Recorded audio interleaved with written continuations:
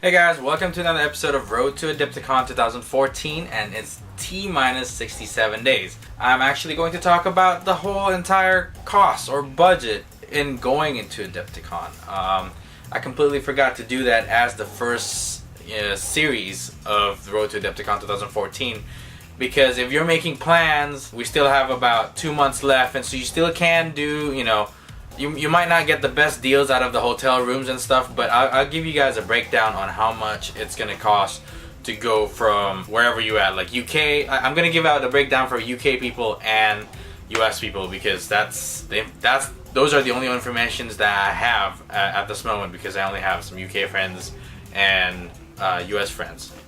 So let's start. Now let's go ahead with the hotel rooms. The hotel rooms at Adepticon during the best deal, aka their Adepticon group sale, was $100 and something per night. My hotel room comes up to be $541 for 4 nights and 5 days and 4 nights. And if you split that with friends, that's about $250 to $275 for the whole weekend. Now, if you don't have the group discount, or because it's already sold out, I think it's $250 per night on that con weekend.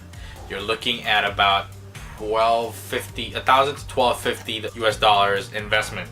That's a lot of money to spend. So another option is, if you can't get the room that's actually at the hotel where the con is at, you might want to take out, book somewhere else outside. There's plenty of hotel or motels that's like 5-10 minute walk from the con, and they're about $75 to $100 a night, even during the con weekend. So you might want to check out, I believe there's a Westin, the Westin is the hotel that we're staying at. Then there's a Holiday Inn and some other like Motel 6 and then stuff like that. You might want to check it out. Or if you want to go further and just take a cab every time you go back and forth, you can always just call the cab and pick you up. They're about $75 to $100 per night. So that's cheaper options, because it's only $75 a night times 4. That's about $300, $300 to $400. Then it's a cheaper option than the Westin if you know that you're gonna come in the morning and then just leave like later on at night. You're staying at the con the whole entire time. They have some food at the con during lunch and dinner hours, but if you want to go like experience Chicago food, make some friends or share a cab, look around for food. But that's the hotel breakdown. Westin is about $550 all the way to $1,250 for 5 nights on app, sort of, depending on which deals that you get. And outside hotels are about $300 to $500 for the whole entire 5 days or 5 nights. For those UK people, I can convert that to your own currency. I'm not entirely sure what's the rate today. And now let's go with the flights. My flight from California is about $350. Last year I got it on a good deal for $290 something, so $300. If you're not familiar with the US geography, we're all the way on the West Coast, and Chicago is like somewhere northeast, like a good 4 hours flight from. And so if you're coming from New York, flying probably cheaper, or and I heard flying from Canada to the US straight is actually more expensive than if you actually cross the border first and then fly out. But my ticket is about $300 something, and we're probably one of the furthest point from Chicago, but we're also 2 major hub airport, so it might be, I don't know, but my flight was about $350. From what I heard from the UK people, their flight is about 500 euro one way, or 400 euro one way, so it's about 800 euros going back and forth. So you might want to calculate that in dollars. I'm not entirely sure, but it's about 800 euros for a return ticket from UK to Adepticon, which is in Chicago, Illinois. And if you have mileage points, if you want to use them, or reward points from your credit card, use them, cut down the cost a lot more cheaper. And now let's get on with the local food. I remember spending about $100 to $150 worth of food for that whole entire 5 days. But that's because we didn't go to fancy restaurants or sit down like steakhouse and stuff like that. We went to eat the Chicago dogs, Chicago deep dish pizza, and we shared it with a bunch of people. The hot dog is pretty small. It's about $6 to $8 depending on which one you get, and then depending on how much you eat. $150 to $220 for that whole entire weekend is usually enough for each person. I mean, unless you eat 20 pounds per sitting, I can't convert that into dollars. But food is pretty cheap over there. It's about the same. In California, tax is probably a little bit cheaper than here. So yeah, roughly about 20 bucks a day, or 20 to 30 bucks a day, depending on what kind of food you eat. But you do have to try. At the West End, there is a restaurant called Harry Carey's, and their breakfast menu, they have caramelized bacon. It is so good, and you guys have to try that. I am in no way sponsored by West End, by the way. That Harry Carey place is so good. For that bacon is good, so at least try it once. And then the deep dish that we went, it was Giordano's, and it was really, all you need is one slice or maybe two. I can only eat one. It was really good, and share it with people. Like, we shared it on Saturday, and it was about 15 to 20 WGC members or community members, and we were all just sitting by the Badger booth, and we just ordered 3 deep dish pizza and then shared it with everyone, and it was enough for us. It was really, really good. So food is about $150 to $200 for that entire weekend. Now let's get on with the shopping. I was a little bit disappointed because the shopping is pretty much the same. Let's say if you go into the Cool Mini or Not booth, they have almost all the products that they have online. The only difference is you're not paying tax and you're not paying shipping costs. So you're saving money over there. But price-wise, it's about the same.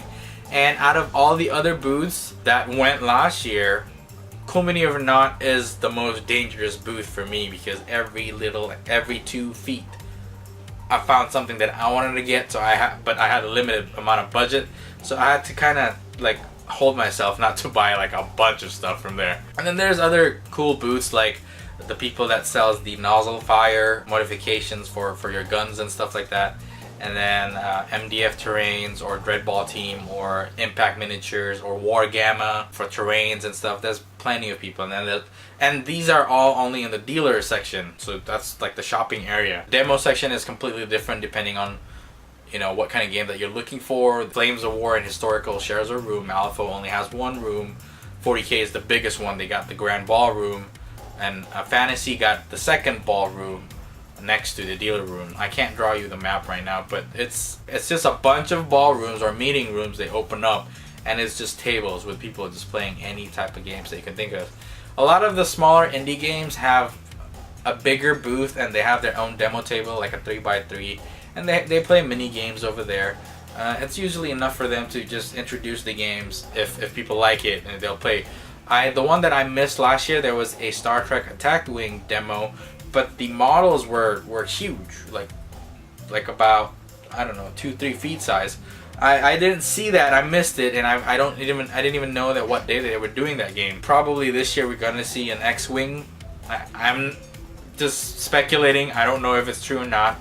I hope I can get to see it. It would be nice to take pictures or actually play something that big. But shopping, I had a budget of $150 to $200, and if you've seen my blog posts or my videos before, it was enough to get me a bunch of stuff. And a lot of the, I didn't use the $200. I spent probably like 100 something. I spent most of my money at Jeremy Bonamont's booth, Figon miniature.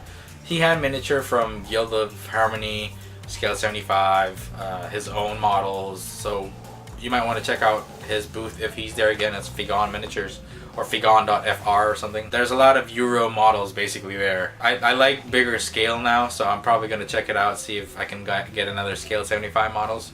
But $200 is enough for you, unless, you know, you're starting a new army, for example. But the thing that I'm disappointed the most is most of them don't really have sales. You buy at regular retail price, and if you buy X amount, some of them, you might get bonus model or something. Like you buy this and you get this for free, or anyone that buys a model from this booth, you get, I don't know, 2 dice or whatever. It's the bonus stuff that you get. And another disappointment is there is a secondhand shop over there next to, it's in the same row as Badger booth, before the Grand Ballroom where 40K is played at, and they have in the corner they have all the secondhand stuff. You can find good deals on randomly. Like I found Necromunda models for $30. No, the value is about $30, $45. I found it for $7 and $8. So, you know, you got to know what you're looking for.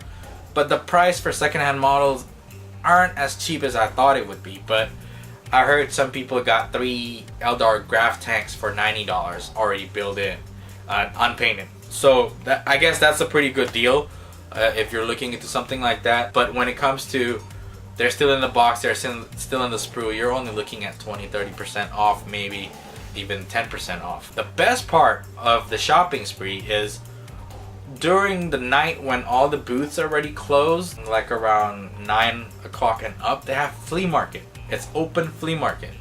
Those booths that people are not using anymore, people just put their stuff, and this usually happens on Friday night, Saturday night. So they have it up there. People, just random people, just show, hey, these are my used stuff.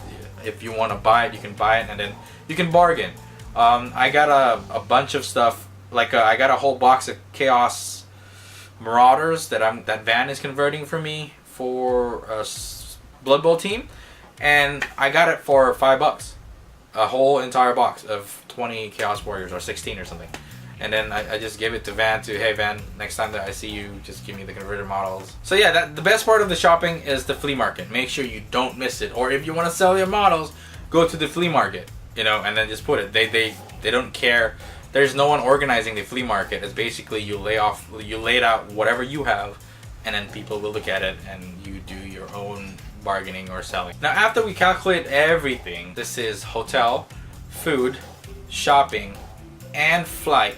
Roughly, if you are from the US, you're looking at about $800 to $1,000 trip. And if you're from UK, you're looking at about $1,500 to $2,000 trip.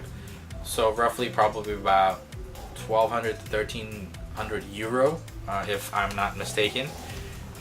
So it is a pretty expensive trip, especially for a 5-day con, and you're playing with toy soldiers. So the reason why I do this early, like at T-minus 67 days, to give you guys a heads up on what you guys need to book and what you guys need to prepare on. If you need to save up money, or if you need to get permission from spouses or parents, you know, you're looking at about $1,000 to $2,000 trip, and you still have about 2 months and a week to figure everything out.